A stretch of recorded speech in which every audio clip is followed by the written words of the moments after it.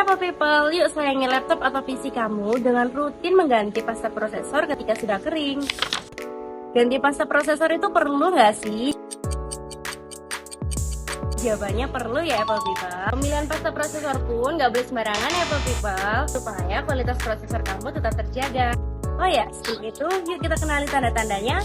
Yang pertama nih, mulai terdengar suara kencang dari kipas pendingin di PC atau laptop kamu. Yang kedua, performa laptop atau PC kamu mulai menurun nih, mulai sering terjadi nge-lag atau loading, bahkan nge-hang. Kalau kamu masih bingung pasta prosesor yang mana sih yang bagus, yuk aku spillin pasta prosesor yang terjual di Apple Computer.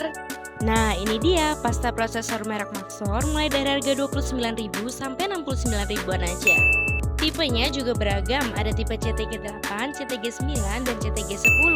Yuk kita bahas satu-satu. Nah, untuk tipe CTG8 terbagi menjadi dua ukuran nih, yaitu 2 gram dan 4 gram. Pasta prosesor ini tersedia lengkap mulai dari squid dan juga cleansernya. Kalau kamu mau yang tanpa cleanser, bisa ambil yang pakai plastik ini ya.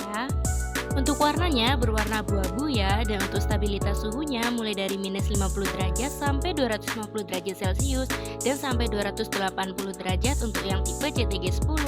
Nah itu tadi Apple People, pasta prosesor yang bagus merek Maxor yang terjual di Apple Computer.